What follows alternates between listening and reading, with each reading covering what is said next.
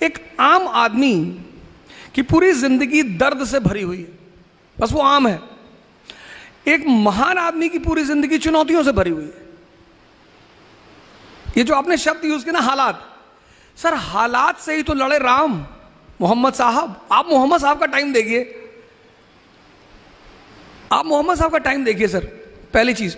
दूसरी चीज सर ये है कि हालात, अब जैसे हम तो, मैं तो हिस्ट्री का टीचर हूं, तो मैं तो हमेशा एग्जाम्पल वहीं से उठाता हूं। 1398 1398 तैमूर हिंदुस्तान आता है, तबाही मचाता है, सब कुछ खत्म कर देता है।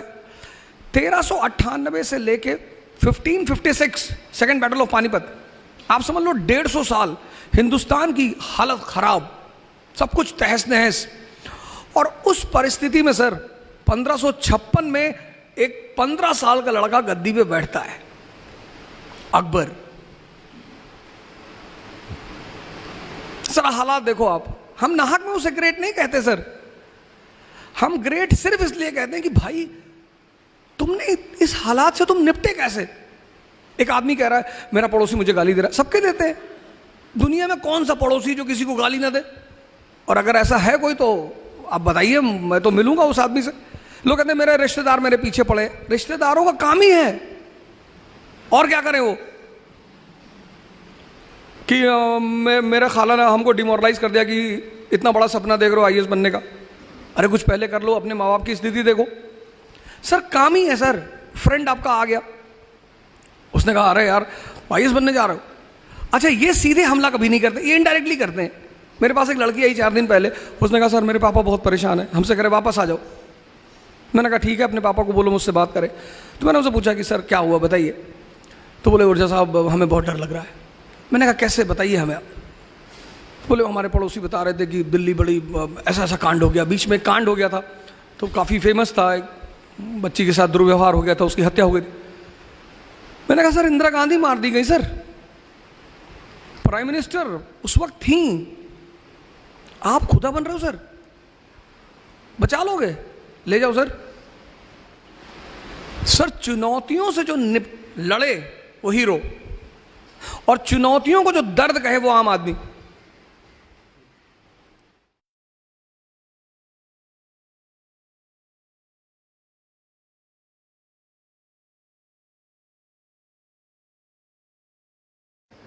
दुनिया में एग्जीक्यूटिव का एग्जाम होता है, सैफिन साहब आपके सामने, जुडिशरी का एग्जाम होता है। पूरी दुनिया में कहीं भी लेजिस्लेचर के लिए कोई एग्जाम नहीं होता। मेंबर ऑफ पार्लियामेंट बनने के लिए किसी परीक्षा को देने की जरूरत नहीं है। मेंबर ऑफ लेजिस्लेटिव असेंबली बनने के लिए किसी एग्जाम को देने की जरूरत नहीं है। क्यों? क्योंकि जो राजशाही है, किंगशिप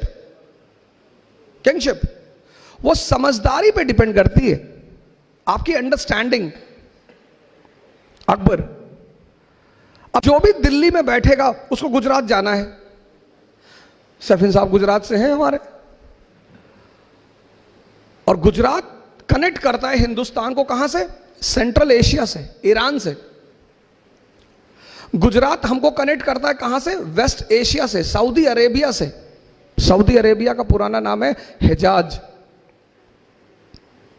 तो दिल्ली के आदमी को गुजरात जाना है, अब जाएगा किधर से? राजस्थान हो गए। राजस्थान क्या है? डेजर्ट। और मनुष्य की जो प्रवृत्ति है, नेचर, वो उसकी ज्योग्राफी से इंफ्लुएंस होती है। जैसे यूपी बिहार का आदमी थोड़ा सा दिमाग से बहुत तेज होगा, काम कम करेगा, फर्टाइल जमीन है, बड़े तोहफे दिए मालिक ने, काम करना ही नहीं। लेकिन राजस्थान का आदमी से 10 किलोमीटर से पानी लेकर आना है, फिजिकली बड़ा स्ट्रांग होगा वो। तो जब फिजिकली स्ट्रांग होगा तो कॉन्फिडेंस होगा। अब आपकी हाइट 6 फीट है और आपका वेट है 200 केजी, और आप रेलवे का टिकट खरीदने गए, स्टेशन पे लाइन लगी है, मेरे जैसे 4-4 फीट के लोग खड़े हैं 20-20 केजी के। अब आप सबसे आगे जाके खड़े हो गए क्योंकि आपकी हाइट तो 6.5 फीट और वेट 200 केजी। आप आगे जाके खड़े हो गए, अब हम लोग पीछे खड़े हो गए, सर झुका के बुदबुदा रहे हैं कि भाई साहब दुनिया में कोई कानून नहीं, बदतमीजी देखिए आगे जाके। अब हम कुछ बोल नहीं पा रहे हैं आपको, क्योंकि हमें पता है कि अगर एक ने बोला और मारा इसने और पीछे से कोई नहीं बोला तो हम तो गए। राजस्थान जो है ना, अफगानिस्तान, पठार अफगानी बॉर्न वॉरियर, अमेरिका ने सर झुका दिया तालिबान के सामने। अभी की घटना आपने 6-7 दिन पहले न्यूज़पेपर में पढ़ा होगा। अफगानियों को हरा ही नहीं पाया। क्यों? नेचर से लड़ते, टेरेन, ज्योग्राफी, दक्कन जहां बैठे हो, पूना, मुगल, मराठों को हरा ही नहीं पाए। टेरेन, वो यूपी बिहार का सिपाही यहां आता था, अब वो प्लेन का रहने वाला आदमी, और यहां की ज्योग्राफी बड़ी डिफरेंट, टफ। अब वो मराठी निकला पहाड़ के बीच से, एक हाथ मारा यूपी के आदमी को, फिर पहाड़ के अंदर। अब वो यूपी का आदमी ढूंढ रहा है कि भैया कहां गया। वो यूपी की फौज यहां लड़ नहीं पाई। सवाल ताकत का नहीं था, सवाल ज्योग्राफी का है। अब अकबर को गुजरात जाना है, अब बीच में राजस्थान, और राजपूत तलवार लेके खड़े हैं कि पहले हमसे लड़ो। तो अकबर ने बीरबल से कहा कि यार क्या चाहिए इनको, ये क्यों परेशान करते भाई। बोले सरकार इनको कुछ नहीं चाहिए, इनको 2 चीज चाहिए, एक इज्जत चाहिए, इज्जत सम्मान। हाँ बोले दे दो, बोरे में भर के दे दो, बोरा ले आओ और खूब सम्मान भर के दे दो। भाई सम्मान किसी को देने में कौन सा पैसा खर्चा होता है, और दुनिया में लोग वो काम करते भी डरते जिसमें पैसा नहीं खर्चा होता। सम्मान का दे दो सम्मान। बोला दूसरा क्या चाहिए, बोले दूसरा साहब ये लड़ना चाहते हैं।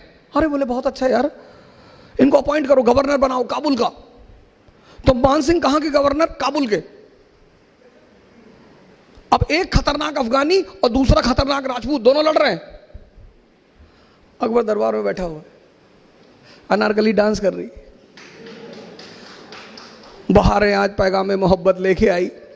इसको बोलते हैं समझ।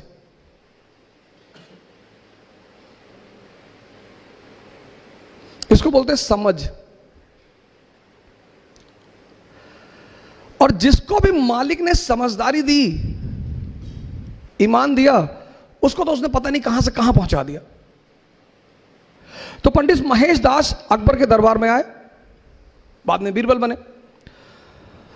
तो अकबर के दरबारियों को बहुत बुरा लगा, कह रहे हम लोग शाही खानदान के लोग, ये आम आदमी इसको कहां से उठा लाए, ये नहीं बैठेगा दरबार में।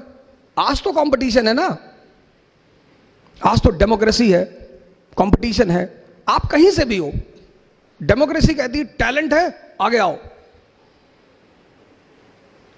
आपने कहा साहब हम महाराष्ट्र से, हम बिहार से, अरे उसने कहा ये सब मत बोलो, टैलेंट है, सैफिन हसन हो, हां आगे आओ, नहीं है पीछे हो जाओ। ये मत बताओ हम राजपूत हैं, हम पठान हैं, हम ये ना, टैलेंट है साबित करो और आगे आओ। तो जब महेश दास को अकबर ने कहा कि हम अपने दरबार में लेंगे, दरबारियों ने बड़ा विरोध किया, यार है बिल्कुल नहीं। अकबर को पता था कि आदमी बड़ा काबिल है ये। तो अकबर ने कहा कोई रास्ता तो निकालो यार, कोई कंडीशन तो रखो। तो एक बड़े आलिम बैठे हुए थे, मुल्ला दो प्याजा, बड़े पढ़े लिखे आलिम टाइप के आदमी। उन्होंने कहा शहंशाह एक ही शर्त है, हम अकबर को एक ही शर्त पे अंदर आने, इसको महेश को एक ही शर्त पे अंदर आने देंगे। अकबर ने कहा क्या? बोले अगर ये मेरे सवाल का जवाब दे दे हम इसे बुला ले अंदर। अकबर ने देखा महेश दास की तरफ, बोले शर्त मंजूर है? बोले हाँ साहब मंजूर है।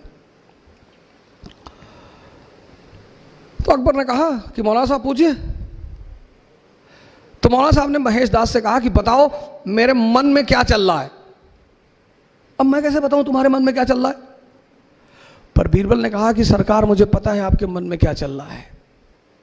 आप चाहते हैं कि शहंशाह अमर हो जाएं, आप चाहते हैं कि शहंशाह की जो हुकूमत है वो पूरी दुनिया पे फैल जाए, आप चाहते हैं कि दुनिया की जितनी खूबसूरत औरतें शहंशाह की सबसे शादी हो जाए।